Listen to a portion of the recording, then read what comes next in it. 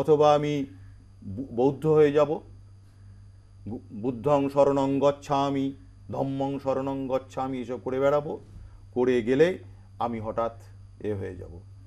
আমার হয়তো নেচারটা হচ্ছে গেরস্থ টাইপের নেচার, কিন্তু আমি দেখছি বাজারে সব সাধু সন্ন্যাসীদের ভীষণ সম্মান। আমি ঠিক করলাম আমিও কাল সন্ন্যাসী হয়ে যাব। সন্ন্যাসী হতে গেলে কি হতে হবে আমাকে? প্রথমেই হচ্ছে আমার হেয়ার স্টাইলটা পাল্টাতে হবে। হেয়ার স্টাইল কী করতে হবে? কেটে ফেলতে হবে, চুল কেটে ফেলতে হবে। চুল কেটে ফেলতে হবে, ছোট্ট একটা অ্যান্টেনা রাখতেও পারেন, নাও রাখতে পারেন। অথবা আমাকে জটা গজাতে হবে, চুল নিয়ে একটা কিছু করতে হবে কিম্বুৎকিমাকার। আমার ড্রেস কী রঙের ড্রেস পরতে হবে? গেরুয়া।